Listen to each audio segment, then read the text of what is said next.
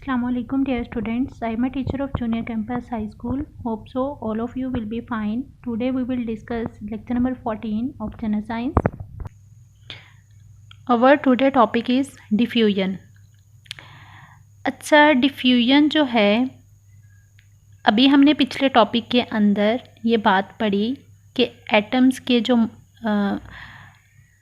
Matter के जो molecules हैं या पार्टिकल्स हैं वो एक जगह से दूसरी जगह आसानी से मूव कर सकते हैं। ठीक है, इसकी एग्जांपल हम तीन तरह से लेते हैं।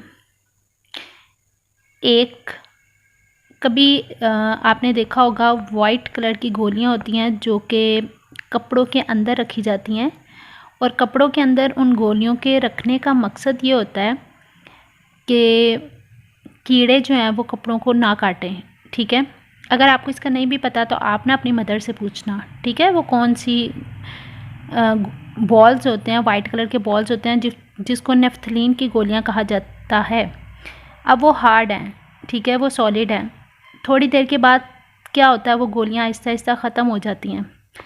अगर हम लिक्विड की बात करें तो पानी, समुंदर या दरिया की बात करो तो आप देखते हो कि जहाँ पे पानी की कंसंट्रेशन ज़्यादा होती है, यानी पानी की मिकदार ज़्यादा होती है, वहाँ से वो फ़्लो कर कर उस जगह पे जाता है जहाँ पे उसकी कंसंट्रेशन यानी उसकी मिकदार जो है वो कम होती है।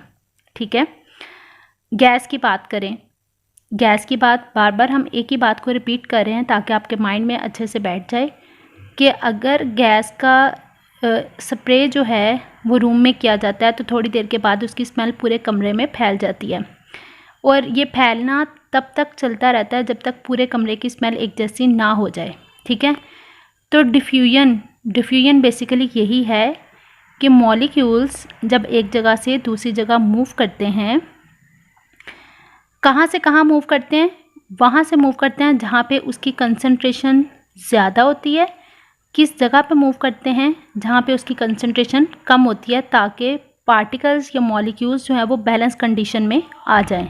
ठीक है, अच्छा, और एक सबसे इम्पॉर्टेंट बात कि आप लोगों ने याद रखना है, डिफ्यूजन क्या है कि पार्टिकल्स का फ़्लो करना उस जगह से जहाँ पे उसकी मिकदार ज़्यादा है, और किस जगह पे फ़्लो करना जहाँ पे उसकी मिकदार कम है।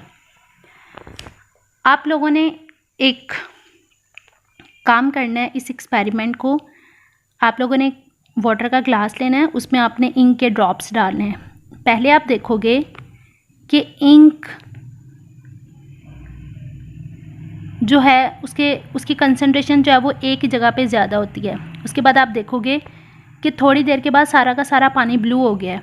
इंक भी तो लिक्विड थी, तो क्या होता है, वो उसने फैल कर पूरे पानी को एक जैसा कर दिया। तो इस चीज़ को क्या कहा जाता है, डिफ्यूजन। अब हम एटम की बात करते हैं। एटम जो है ये किसी भी मैटर का सबसे छोटा पार्टिकल जो है वो मौजूद है। एक एटम के अंदर एलिमेंट, मैं वर्ड बोल रही हूँ एलिमेंट, एक एटम के अंदर एलिमेंट की सारी प्रॉपर्टीज़ जो हैं वो मौजूद होती हैं।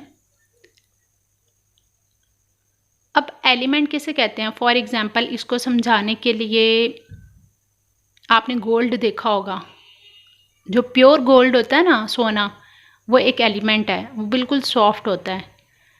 ठीक है,